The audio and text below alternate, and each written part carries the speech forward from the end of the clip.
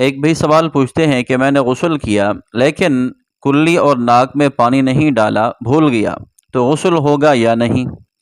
اور اسی طرح کوئی عضو غسل میں خشک رہ جائے تو اس کا کیا حکم ہے؟ اب دیکھیں بھائی، اس کا جواب یہ ہے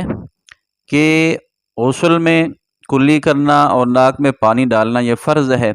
اگر ایک بندہ غسل کرتا ہے لیکن ناک میں پانی نہیں ڈالتا اور کلی نہیں کرتا تو اس کا غسل نہیں ہوگا۔ ہاں، باقی یہ ہے، اگر ایک بندے نے غسل کیا، ناک میں پانی ڈالنا کلی کرنا بھول گیا، غسل کرنے کے بعد پھر اس کو یاد آیا کہ میں نے ناک میں پانی نہیں ڈالا، میں نے کلی نہیں کی، تو اس کے لیے کیا حکم ہے؟ اب مسئلہ اس میں یہ ہے کہ جب اس کو یاد آئے تو فوراً کلی کرنے اور ناک میں پانی ڈال لے۔ کلی کرے گا، ناک میں پانی ڈالے گا تو اس کا غسل برقرار ہے۔ ہاں، اسی طرح اگر ایک بندہ پورا غسل کر لیتا ہے،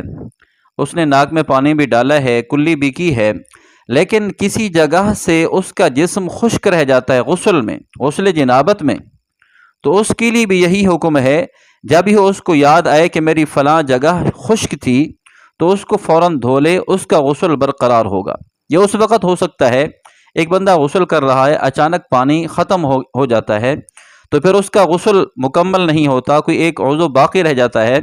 تو جب اس کو پانی مل جائے یا بھول چکا تھا پھر بعد میں یاد آیا ہے تو فوراً اس عضو کو دھو لے تو اس کا غسل برقرار رہے گا۔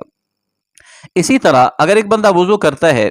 وضو کرنے کے بعد اس کو یاد آتا ہے کہ میرا فلاں عضو خشک رہ گیا تھا یا وضو کرتے ہوئے پانی ختم ہو گیا،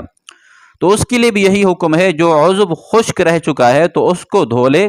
جو ہی دھو لے گا تو اس کا غسل بھی برقرار ہو جائے گا، اس کا وضو بھی برقرار ہو جائے گا۔ ہاں، یہ نہیں ہے کہ مکمل غسل کرے، ایک بندہ کلی نہیں کرتا، ناک میں پانی نہیں ڈالتا، بعد میں اس کو یاد آتا ہے کہ میں نے غسل میں کلی اور ناک میں پانی نہیں ڈالا،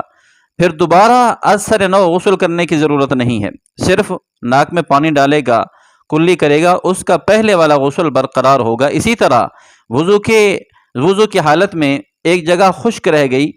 بعد میں یاد آیا یا پانی بعد میں ملا ہے، جو ہی اس جگہ کو دھوئے گا تو اس کا وضو برقرار رہے گا، از سر نو وضو کرنے کی ضرورت نہیں ہوگی۔